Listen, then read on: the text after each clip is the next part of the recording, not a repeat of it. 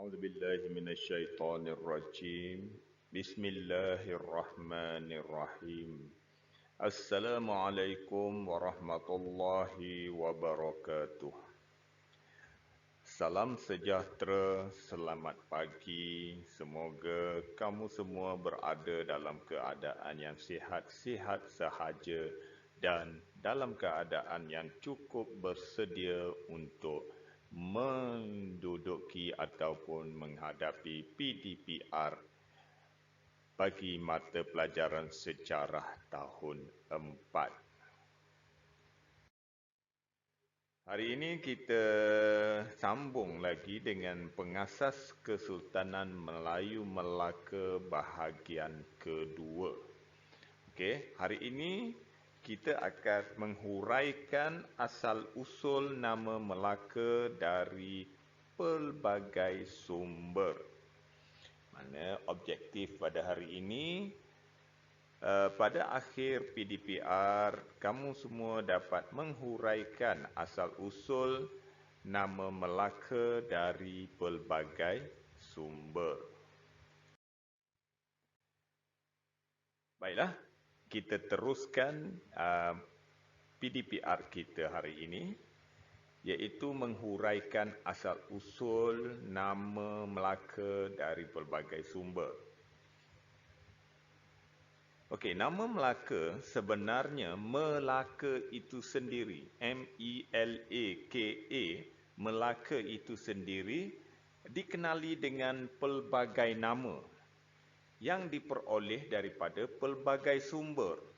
Okey, bukan setakat buku sejarah Melayu sahaja yang kita baca, malah terdapat pelbagai sumber yang membicarakan tentang nama ataupun asal-usul nama Melaka.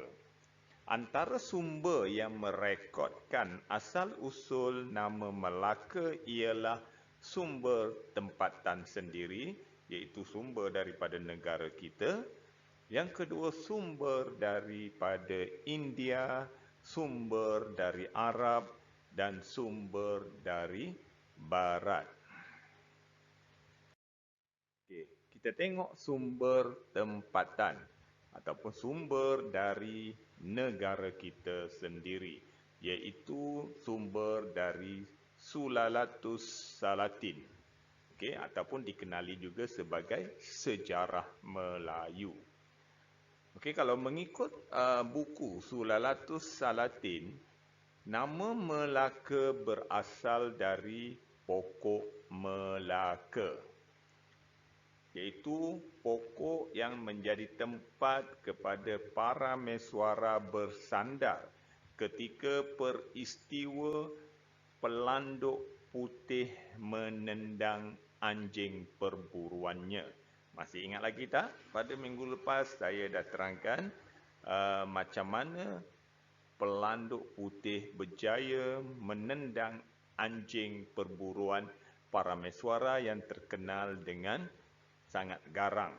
Akhirnya anjing itu terjatuh ke dalam sungai.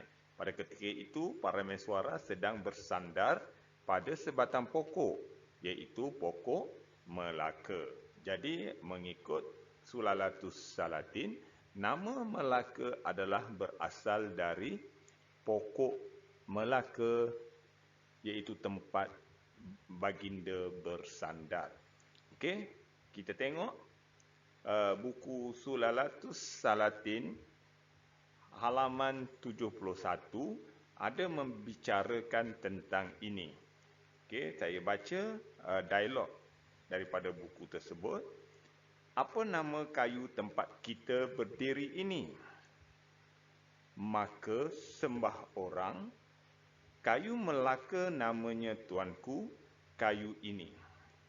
Maka titah baginda, jika demikian, Melakalah nama negeri ini. Sulalatus Salatin halaman 71.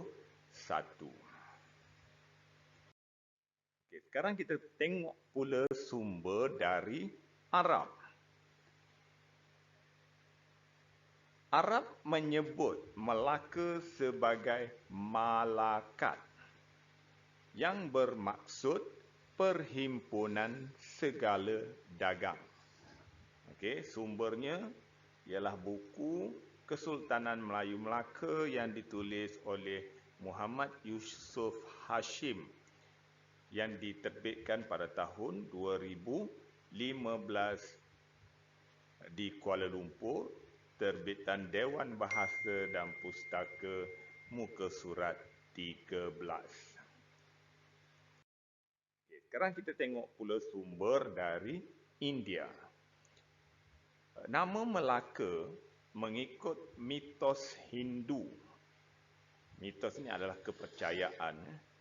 Mitos Hindu menyatakan Melaka disebut Amalaka, iaitu pokok yang tumbuh di alam semesta. Okey? Hindu kata, mitos Hindu kata, mitos ni macam cerita yang diada-adakan. Okey?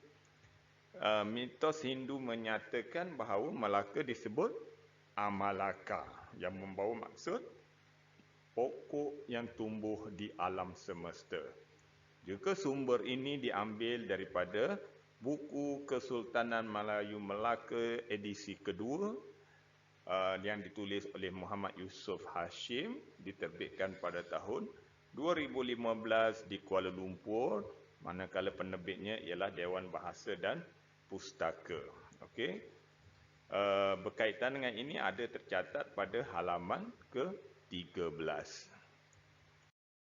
Okey, sekarang sumber daripada barat, iaitu Suma Oriental. Kalau awak masih ingat, pada minggu lepas saya bagi tahu Suma Oriental ini adalah buku dari negara Portugis ataupun sekarang dikenali sebagai Portugal. Okey. Dalam buku Suma Oriental, nama Melaka dikatakan berasal daripada perkataan Malaka yang bermaksud tempat perlindungan. Okey. Sumbernya yang ditulis oleh A. Cortesau.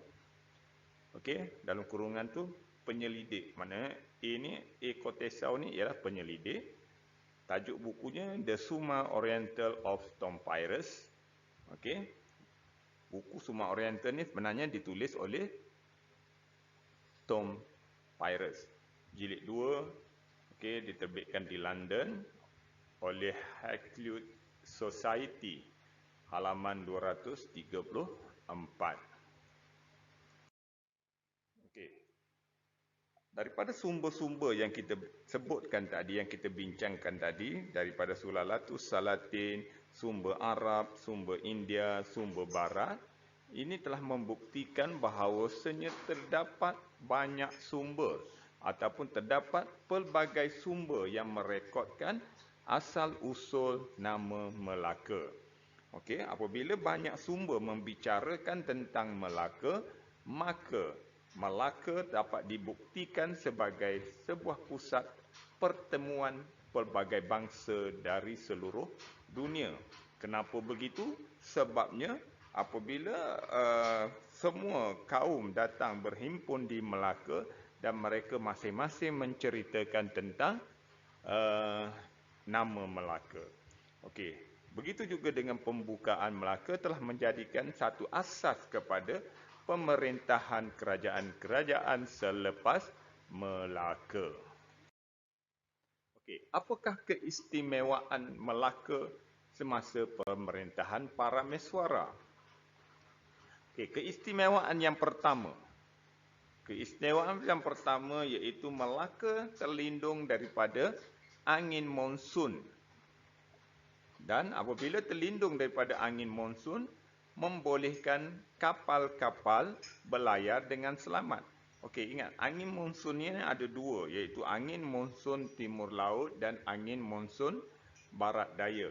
Okey, apabila tiupan angin ini dapat dihalang oleh banjaran Titiwangsa dan juga Pulau Jawa, Sumatera, maka kedudukan Melaka terselamat daripada ribut yang disebabkan oleh angin yang kuat tadi, menyebabkan pelayar dapat berlayar dan berdagang di Melaka dengan selamat. Okey. Keistimewaan yang kedua ialah kedudukan strategik antara jalan laut timur dan barat. Okey, kenapa strategik? Tempat tadilah tempat laluan utama pedagang. Apabila tempat strategik menyebabkan menarik minat para pedagang untuk datang singgah berdagang di Melaka dan akhirnya menjadikan Melaka sebuah pusat perdagangan yang tersohor pada satu ketika dahulu. Dan keistimewaan yang ketiga ialah kebijaksanaan pemerintah Melaka. Okey, pentadbiran yang cekap dan terbuka. Okey, pemerintah-pemerintah yang memerintah Melaka pada ketika itu mengamalkan pentadbiran yang cekap dan juga terbuka.